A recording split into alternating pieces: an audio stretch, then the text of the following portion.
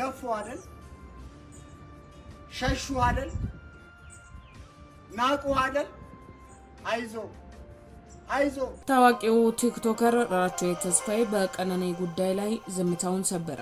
በትናንትናው የፍርድ ቤት ውሎም ፍርድ ቤቱ በአንዳንድ ሚዲያዎች ላይም እርምጃ እንደሚወስድ ማስጠንቀቋል። የቀነኔን ማስታወሻ በተመለከተና በአንዱዓለም ጠበቃ እጅ ገብቷል ስለተባለው ጉዳይ ፍርድ ቤቱ ጠንከር ያለ ውሳኔንም አስተላልፏል። እኚህ መረጃዎች በመረጃ ሰዓታችን በዝርዝር እናደርሳችኋል። ከዚህ ጋርም ተያይዞ የሁለቱ ጓደኞች የሆኑት ታዋቂ ሰዎችም በሶሻል ሚዲያዎቻቸው ላይ ቀነኔ ከመሞቷ በፊት ጓደኞቻቸው እንደነበረች የኛ ጉዳይ ግን ለኛ ተውልን ሲሉም ተደምጠዋል። ታዲያ ራቼ ተስፋዬ ከዚህ ሁሉ ጊዜ በኋላም ያጋራው የጽሁፍ መልእክትንና የአርቲስት አንዱዓለም ፍርድ ቤት በድጋሚ ያሳለፈውን ውሳኔ በመረጃ ሰዓታችን ተመልክተናል። በዝርዝር እናደርሳችኋል። ሰላም ጤና ይስጥልን የተወደዳችሁ የፊሽታ ሚዲያ ተከታታዮቻችን፣ በያላችሁበት የበዛ ሰላም ለእናንተ ውድ ተከታታዮቻችን ይሁን እያልን ሰሞነኛና ወቅታዊ መረጃዎችን እነሆ በመረጃ ሰዓታችን ይዘን ተገኝተናል። እናንተም ወቅታዊና ትኩስ የሆኑ መረጃዎች በፍጥነት እንዲደርሱ ያድርጉ፣ ቻናላችንንም ሰብስክራይብ ያድርጉ እያልን ወደ ዛሬ ዝርዝር መረጃችን አለፍን። ወደ ዛሬ ዝርዝር መረጃችን ስናልፍ ቀነኔና አንዱዓለም ሁለቱም ጓደኞቻቸው አንድ ነበሩ። አሁን ቀነኔ ስትሞት ግን የቅርቦቿ የሆኑትም ራቼን ጨምሮ የቅርብ ሰዎች ሆነው ስለ አንዱዓለም አንድ ማስተያየት ከመስጠት ዝም ያሉትም አሁን ግን ቀነኔ አንዴ ሞታለች ብለው ሁሉም የአንዱዓለም ጓደኞችም ሆነዋል። ቀነኔ በእንደዚህ አሳዛኝ ሁኔታ ሞታ አንዱዓለምን ለማዳን ክሶች ወደ ኦሮሚያ እንዲዘዋወሩ የቀነኔ አባት ይሆናል የሚሉትንም የገንዘብ መጠን ጠርተው ጉዳዩ በግዳ ስነ ስርዓት እንዲያልቅና አንዱዓለም ነፃ እንዲወጣ የቀነኔን ወላጆች ቀንና ማታ ክሱን አቁሙ ሲሉም የተደመጡትም። ታዲያ የቀነኔ ቤተሰቦች ሀዘናቸውን በቅጡ እንኳን ባልጨረሱበት የእኛን የኦሮሞ ጉዳይ ለኛ ተው ሲሉ ቀነኔን ጥለው አፈር ሆናለች ከዚህ በኋላ በማለትም የቅርቦቿና ጓደኞቼ የምትላቸው ታዋቂዎቹ አርቲስቶች ፊታቸውን ወደ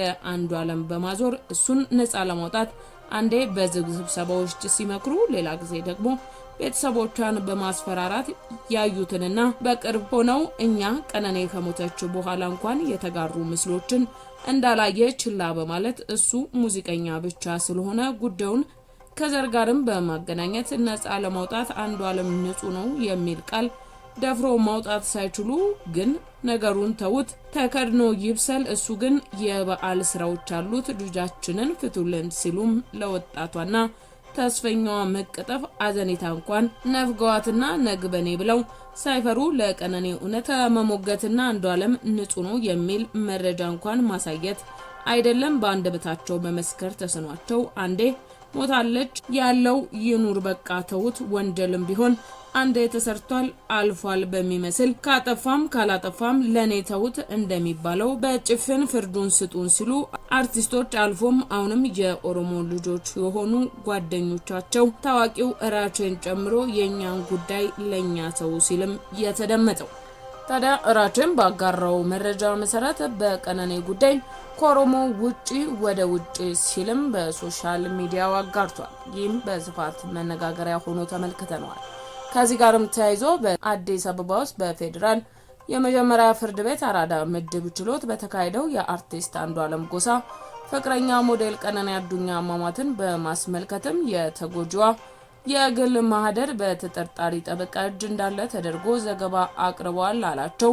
መገናኛ ብዙሃንም ፍርድ ቤቱ ማስጠንቀቂያም ሰጥቷል። ፍርድ ቤቱ ከሟች የግል ማህደር ጋር በተያያዘ ችሎት ላይ ያልተባለ ዘገባ አቅርበዋል በሚል ማስጠንቀቂያውንም የሰጠው የተከሳሽ ጠበቃ የሟች የግል ማህደር በጠበቃ እጅ እንዳለ አስመስለው ያልተገባ ዘገባ ያቀረቡት መገናኛ ብዙሃን ላይም ማስጠንቀቂያና ቅጣት ያስተላልፋልም ሲል አቤቱታ በማቅረባቸውም ነው። ጠበቃውም የሟች የግል ማህደር በፖሊስ እጅ የሚገኝ እንጂ በኔ እጅ የለም፣ እጄ ገብቶም አያውቅም በማለት ነው የችሎት ውሎን አዛብተው ዘግበዋል ያላቸውን መገናኛ ብዙሃን ተጠያቂ እንዲሆኑ አቤቱታም ያቀረበው ጠበቃው ከዚህ አኳያም በችሎት ተጠይቀው ስሙን የጠቀሱት የአዲስ ስታንዳርድ ኦሮምኛ እትምንም ነው። ዳኞች ፍትህ ቀርበው በዘገባው ላይ ማብራሪያ የሰጡትም የተቋሙ ዘጋቢ በበኩላቸውም ከጠበቃው መረጃ በመውሰድ ዘገባው ላይ ማስተካከያ መደረጉን ለችሎቱ አስረድተዋል። የሟች የግል ማህደር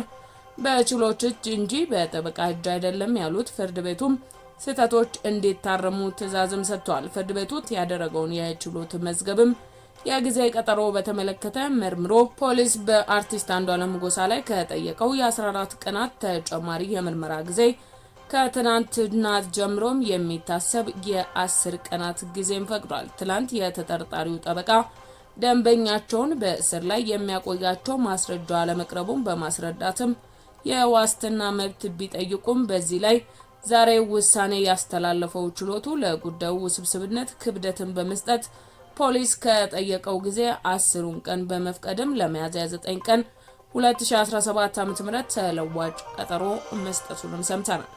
ውድ የፊሽታ ሚዲያ ተከታታዮቻችን ለዛሬ መረጃ ሰዓታችን ያዝነላችሁ መረጃ ይህንን ይመስል ነበር። ስለተከታተላችሁን እያመሰገንን ተሰናበትን። በሌላ መረጃ ሰዓታችን እስክንገናኝ ቸር ቆዩልን። ጀብና አርጎ ገሏታል። ይሄንን ሁላ ካደረገ ገሏታል። ይሄ ነው ያለው። ቤት ውስጥ ደግሞ ቤቱ ፎቶ ተነስተዋል። በኪችን በኩል ተተኩሶባት የተመሳሳው ቤት ነው። አባትዮ እንዴት እንደሚያነቡ ሲያወሩ ልጄ ፕሊስ ለልጄ ድምፁልልኝ፣ ሁለተኛ ሞትኩ እኮ እኔ እንቅልፍ አጣሁ፣ ሌሊቱን ሙሉ ሳለቅስ ነው ማድረው። አይደለም እሳቸውን ለመረዳት እኔ ራሴ እንቅልፍ የለኝም። በጣም ነው የማስበው። ደፋሪ ብሔር የለውም፣ ሃይማኖት የለውም፣ ዘርም የለውም። ይህን ወቁ። ገዳይ ነው፣ አቢዩዘር ዳሴ። የአስክሬን ምርመራ ውጤቱንማ ሸፋፍነውታል። ያውቃሉ እንዴ ደም በደም ሆና እሷ ህይወቷ ካለፈ በኋላ ሆስፒታል እንደወሰዷት ይታወቃል እኮ። በምንጣፍ ጠቅልለው እንደወረወሯት ይታወቃል እኮ። ምንጣፉን ደብቀው እንትን ውስጥ ሲከቱት ይታወቃል እኮ። ቆሻሻ ገንዳ ውስጥ ይታወቃል እኮ ሁሉ ነገር። ለሌሎቹ ሚስጥር የማይናገረው ሚስጥር ጠባቂዎች አይደሉም። ሚስጥርን እንዴት ሆኖ መናገር እንደሚችሉ አያውቁም ነበር። እህትየውና ሰራተኛዋ ናቸው። እሱ ቀጥቅጧት ደም አስክሮት ፌንት በልቷል።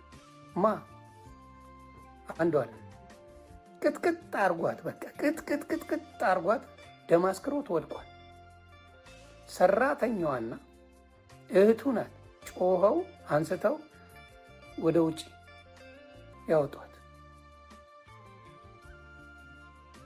ከዛ በኋላ ተመልሰው ገብተው አንስተውት እሱም አንድ ላይ ጠቅልለው ውጭ የጣሏት በዛ በምንጣፉ ነው። ምንጣፉን ደግሞ አውጥተው ጥለውት ነበር። ፖሊስ ይህንን መረጃ ፈላልጎ ነው ያገኘው። በተለይ እኔ የበለዘችበት የተደበደበችበትን ቪዲዮ ካወጣው በኋላ ፎቶ ካወጣው